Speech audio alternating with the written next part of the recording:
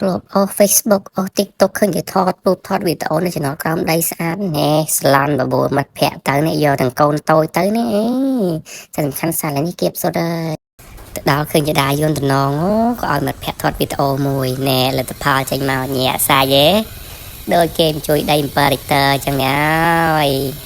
វីដេអូវិញមិនបាច់មើលដូចគេមិនយកមកប៉ុននៅក្រេចឹងបាទគឺព្រិលតែម្ដងបាទតែមកបន្ទប់ទឹកគេញាក់សាយកញ្ចក់គេឡើងអែហ្មងក៏ដាក់តិចទៅហើយបន្ទាប់ពីថតអស់ចិត្តមើលទៅដូចមិនកើតទេមកផ្ទះវិញបដ ாய் នេះរូបថតបានប៉ុណ្ណឹងឯងដូចពងទាមន់ញ៉ាំអូនេះប៉ុណ្ណឹងមើលអូ我想要为你画个小圈儿，把我们俩都围在中间儿，咱俩的感情像条鞋带儿，把你和我俩人绑在。